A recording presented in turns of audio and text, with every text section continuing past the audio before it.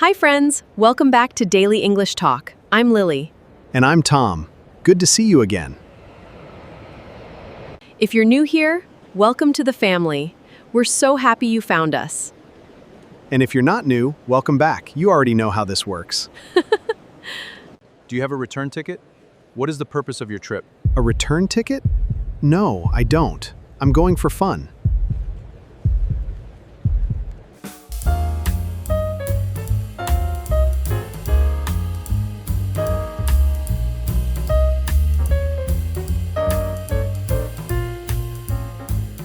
Every single day, we post a new English lesson to help you speak with more confidence. So if you want to learn real, natural English, hit that subscribe button right now. It's free, it's daily, and it really helps the channel grow. Today, we have a fun one. We're going to teach you airport English. Yes, everything you need to say at the airport, from check-in all the way to passport control. And here's the best part. Last week, Tom and I actually took a real trip. We flew from the United States to the United Kingdom.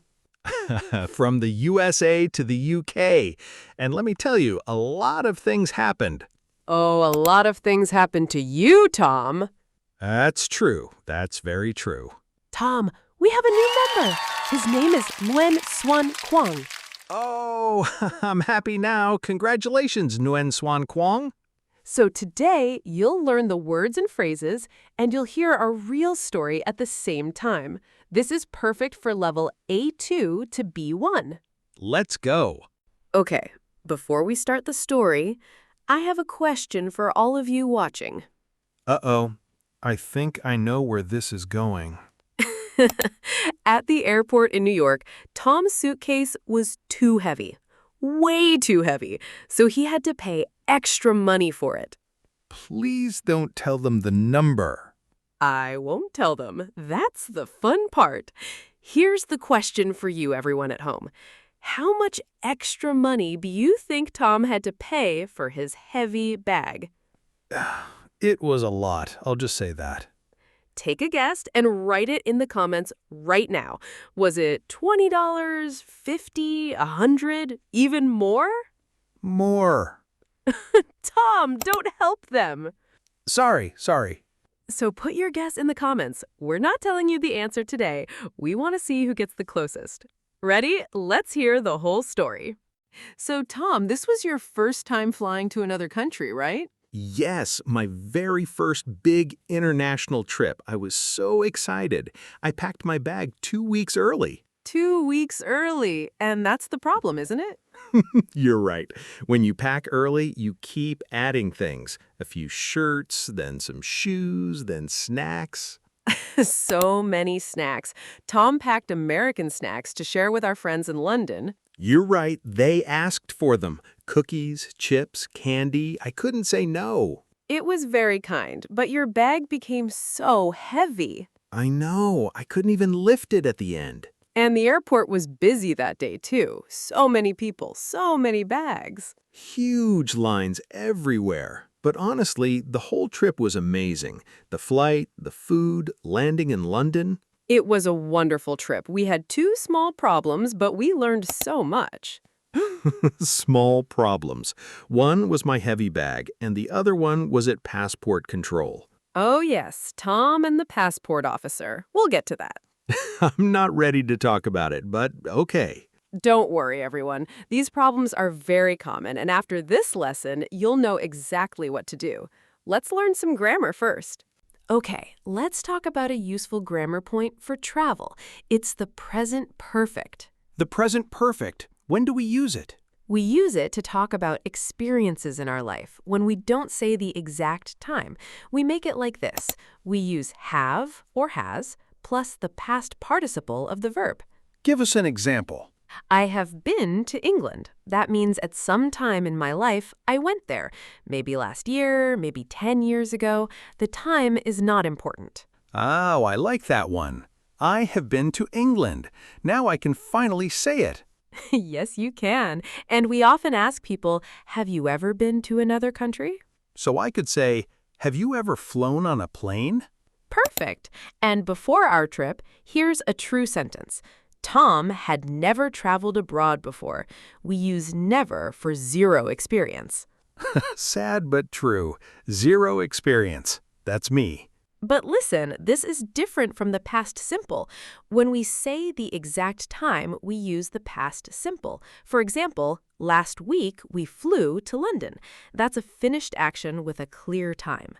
So present perfect for the experience and past simple for the exact time. Exactly. Let me show you both together. I have been to London. That's the experience. I went to London last week. That's the specific trip. That's so clear. Now here's a question for everyone watching. Have you ever traveled to another country?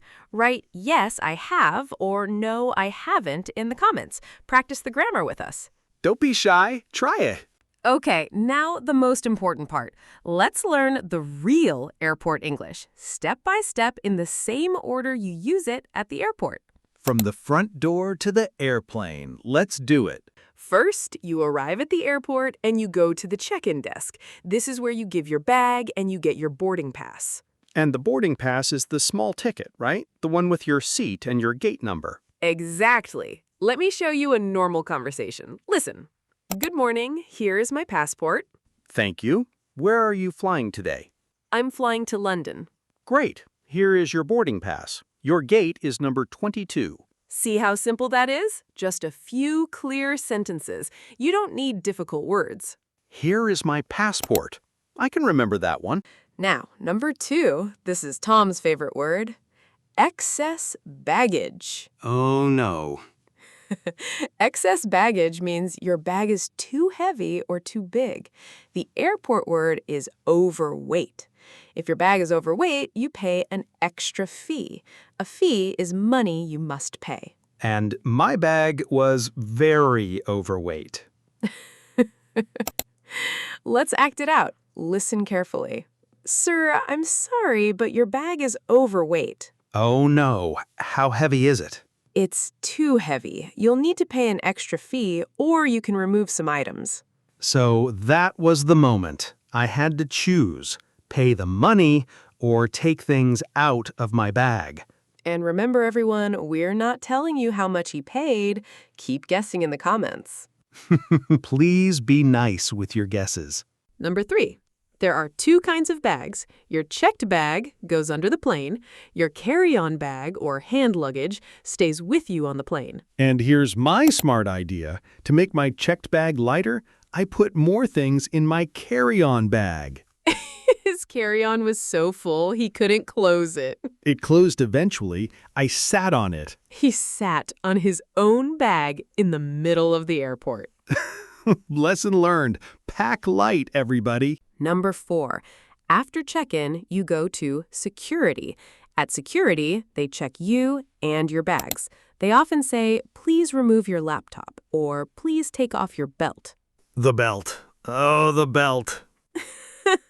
Tell him, Tom. I took off my belt for the security check, and then my pants started to fall down a little, in front of everyone. He was holding his pants with one hand and his bag with the other. It was not my best moment. But the phrases are useful. Please remove your laptop. Please take off your shoes. Now you'll understand the officer. Number 5, the gate is the door where you get on the plane. When it's time to enter the plane, we say boarding. And what's a final call? Good question. Final call means hurry. This is the last chance to get on the plane. You hear it on the speakers. And we almost missed it. Because someone was buying more snacks. I needed snacks for the flight. We heard final call for the flight to London, and we ran to the gate. We ran so fast I dropped a bag of chips on the way. Rest in peace, Chips. Okay, number 6. This is the big one. When you arrive in a new country, you go to passport control, also called immigration.